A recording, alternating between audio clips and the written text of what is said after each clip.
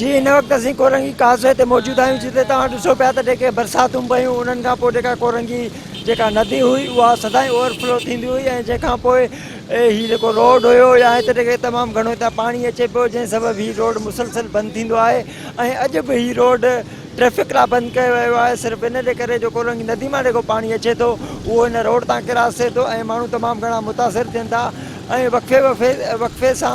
हिन रोड खे खोलियो वञे थो छो त तव्हांखे मुंहिंजो कैमरामैन जेकॾहिं ॾेखारे त हिते मशीनूं बीठियूं आहिनि जेके हिन रोड खे ख़ासि करे जेको पाणी किरास करे पियो रोड तां ऐं उनखे जेको पाणी खे रोकण लाइ उनखे हुतां बंदि ॿधो पियो वञे ऐं ट्रैफ़िक हींअर मुसलसिल जेका आहे केतिरे टाइम खां बंदि हुई ऐं हींअर उनखे खोलियो वियो आहे ट्रैफ़िक जा जेके एहलकार आहिनि उहे हिते मौजूदु आहिनि ऐं माण्हुनि खे वक़्तनि ॿवक़्तनि स्पेस सां जेॾीमहिल मशीनूं कमु कनि पियूं त माण्हुनि खे रोकियो वञे पियो ऐं मशीन जे साइड थी वञण खां पोइ माण्हुनि खे हितां छॾे वञे पियो ऐं ट्रैफ़िक जेका आहे उहा मुकमल मतिलबु त ईअं खणी चइजे त केतिरा ई माण्हू जेके पंहिंजे आमतौर ते उहे पंहिंजे ऑफिसनि तरफ़ वेंदा आहिनि त उन्हनि खे काफ़ी तकलीफ़ूं पेश अचनि पियूं ऐं हींअर जेका काज़वे ते जेका तव्हां रश आहे उहा तव्हां मुंहिंजो कैमरामैन तव्हांखे ॾेखारे पियो जी।